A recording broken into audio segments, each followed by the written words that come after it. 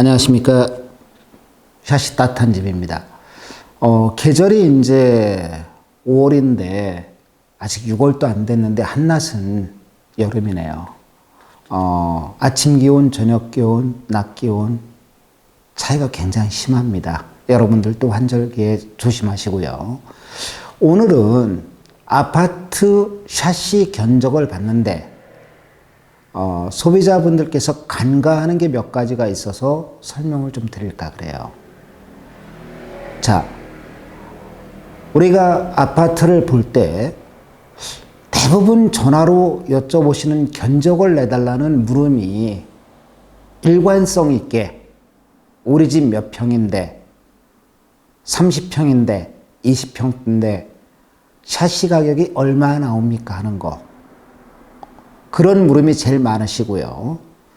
두 번째로 우리 집 어디에 있는 무슨 아파트 몇 평형인데 샤시 가격이 얼마입니까? 그랬을 때 어떻게 답을 해드려야 할지 굉장히 답답할 때가 많아요. 왜 그런가? 좀 설명을 드릴까 그래요. 샤시 견적을 봤는데 과연 우리 집이 어떤 아파트다, 몇 평형이고 몇 동이다, 이 정도 갖고 견적을 정확하게 말씀드릴 수 있는 업체가 있을까? 사실은 불가능합니다. 왜 그러냐면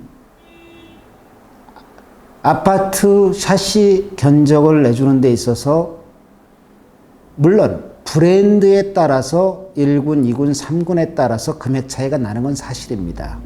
또 유리 두께에 대해서 차이가 나서 금액 차이가 날 수도 있어요. 그런데 실상 그거보다 더 금액 차이가 많이 나는 경우도 있습니다.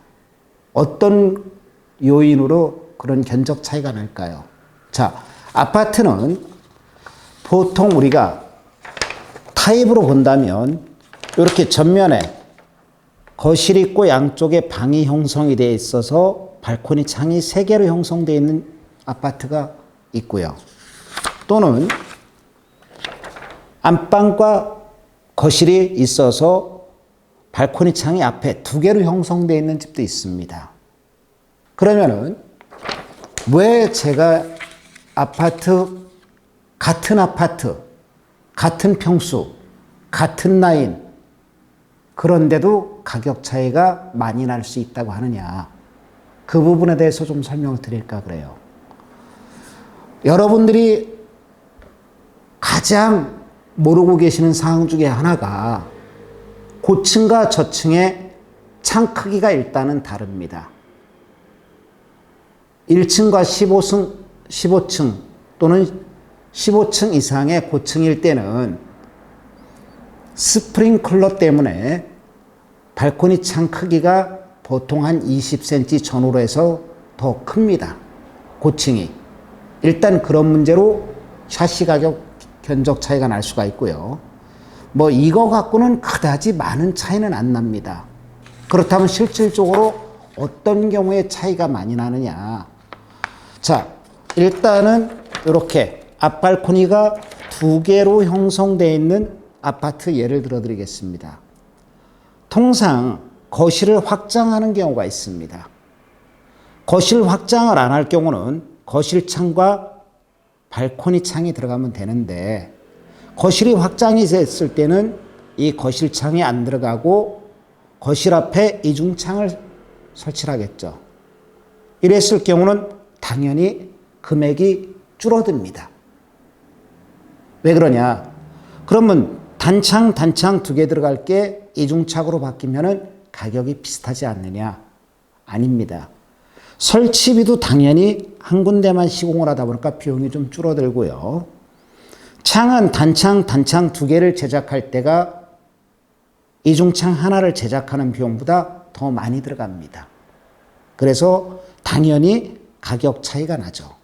그렇다면은 거실 확장에다가 또 다른 경우가 작은 방 또 확장을 했다고 합시다. 그러면 여기 또한 창이 하나 빠지겠죠. 빠지고 이쪽에 창이 들어가겠죠. 이중창으로. 그러면은 요 작은 방 하나만 확장을 했을 때도 가격 차이가 몇십만 원 이상 차이 날 수가 있는 거고요. 거실까지 확장을 했다 그러면은 당연히 가격이 뭐 100만 원, 150만 원 차이가 날 수도 있습니다. 확장을 한 집과 안 한 집과 차이가. 자, 그렇다면 요렇게 발코니 창이 세 군데로 형성이 되어 있을 때는 어떨까요? 어떤 집을 가면은 전체를 다 확장을 하는 경우도 있습니다. 그러면 하나, 둘, 세 개 창이 빠지고요. 요 뒤에도 확장까지 하신 분도 있어요. 그럼 가격 차이가 어떤 게 가장 비싸냐? 창호 견적을 받았을 때 브랜드를 같은 브랜드, 같은 아파트에 같은 라인 그래도 차이가 나는 거는 일단 확장이 전혀 없는 집이 창호값은 가장 많이 나옵니다. 그 다음에 작은 방만 하나 있다 그러면 그거보다 덜 나오겠죠. 또 적게 나오는 경우는 요 안방창을 하나 확장을 했다든지 또는 이쪽 작은 방을 확장을 했다든지 거실까지 확장을 한다면 굉장히 금액이 줄어들겠죠. 그래서 여러분들이 견적을 받으실 때 어떤 분들은 밑도 끝도 없이 화를 내요. 우리 집에 무슨 아파트인데 많이 시공해보지 않았냐. 근데 몇 동이라만 일러줘요.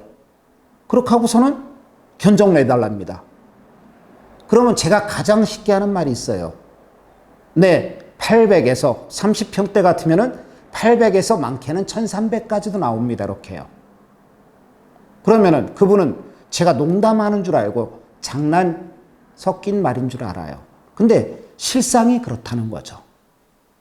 그렇다면 견적을 어떻게 받는 게 가장 좋을까요? 내가 그 집을 구매해서 이사를 가려고 그래요. 근데 그 집 상태를 정확하게 확인을 못했어요. 그러면 현장을 가서 집 상황을 보고서 이야기를 하는 게 100번 낫다는 이야기예요. 구독, 좋아요. 자, 그래서 견적을 받을 때 우리 집이 몇 동, 무슨 아파트 몇 동 몇 호 직접 와서 내줄 수 있느냐 번거롭더라도 그것이 가장 정확하게 견적을 받는다는 이야기죠. 실예로 저희하고 계약을 해서 시공을 했어요. 그 집은 확장이 전면이 다 돼 있어요. 근데 아래층에서 시공을 하려고 한대요. 밑도 끝도 없이 저 집 얼마에 했냐? 나도 할 테니까 와봐라. 계약하자. 네, 갔습니다. 가보니 확장이 하나도 안 돼 있어요. 그럼 얼마가 차이가 날까요? 이 창 3개가 150, 200 브랜드마다 조금씩 차이는 있습니다. 많게는 300도 차이 날 수가 있습니다. 그래서 여러분들이 샤시 견적을 받을 때 가장 중요한 건 뭐냐?